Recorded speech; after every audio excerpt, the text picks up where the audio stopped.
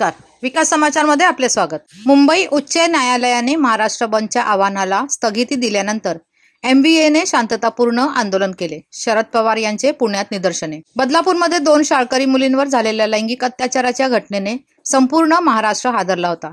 या घटनेमुळे सर्वत्र संतापाची लाट उसळली आणि राज्यभर निदर्शने झाली। याला प्रत्युत्तर म्हणून महाविकास आघाडीने निषेध म्हणून महाराष्ट्र बंदची हाक दिली। मात्र मुंबई उच्च न्यायालयाने हा बंद कायदेशीर ठरवत संबंधितांवर कायदेशीर कारवाई करण्याचे आदेश दिले। न्यायालयाच्या निर्णयानंतर विरोधकांनी बंद मागे घेतला।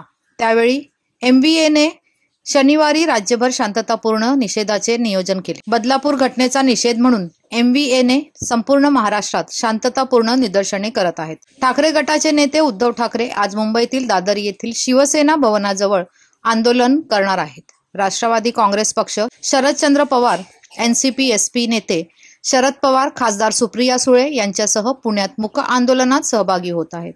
काँग्रेस पक्षही राज्यभरात ठिकठिकाणी काळे झेंडे आणि हातपट्टी बांधून निदर्शने करून सहभागी होणार असून प्रदेश काँग्रेसचे अध्यक्ष नाना पाटोलेही यात सहभागी होणार आहेत।